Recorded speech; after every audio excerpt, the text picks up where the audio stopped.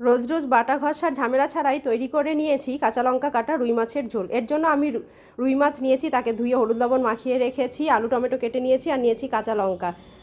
Oven জ্বালিয়ে কড়াই বসিয়ে তেল দিয়ে দিয়েছি, তেলটি গরম হয়ে গিয়েছে। এবারে আমি মাছগুলোকে খুব ভালো করে এপিট ওপিট করে লাল লাল করে ভেজে একটি পাত্রে তুলে রাখছি। এবার ওই তেলের মধ্যেই ফোড়নের জন্য জিরে আর শুকনো লঙ্কা দিয়ে দিয়েছি। এবার কেটে রাখা টমেটো আলুগুলোও দিয়ে দিয়েছি, দিয়ে এবার এগুলোকে একটু নেড়ে চেড়ে এরপরে দিয়ে দিচ্ছি 8টা কাঁচা লঙ্কা। কাঁচা লঙ্কা দেওয়ার পরেও আলু টমেটো কাঁচা লঙ্কা সবগুলোকে একটু নেড়ে চেড়ে ভাজা ভাজা করে নিয়ে স্বাদ মতো লবণ আর হলুদ গুঁড়ো দিয়ে আর একটু কষিয়ে নিয়ে এবারে আমি পরিমাণ মতো ঝোল দিয়ে দিচ্ছি। ঝোলটা ফুটে এলে মাছটি দিয়ে দিব। মাছ দিয়ে ঝোল দিয়ে খুব ভালো করে ফুটিয়ে একটি পাত্রে নামিয়ে নিয়ে গরম গরম ভাতের সাথে পরিবেশন করছি। তো বন্ধুরা, তোমরাও এইভাবে কিন্তু চটজলদি রুই মাছের ঝোল তৈরি করে নিতে পারো। খেতে কিন্তু অসাধারণ হয়েছিল।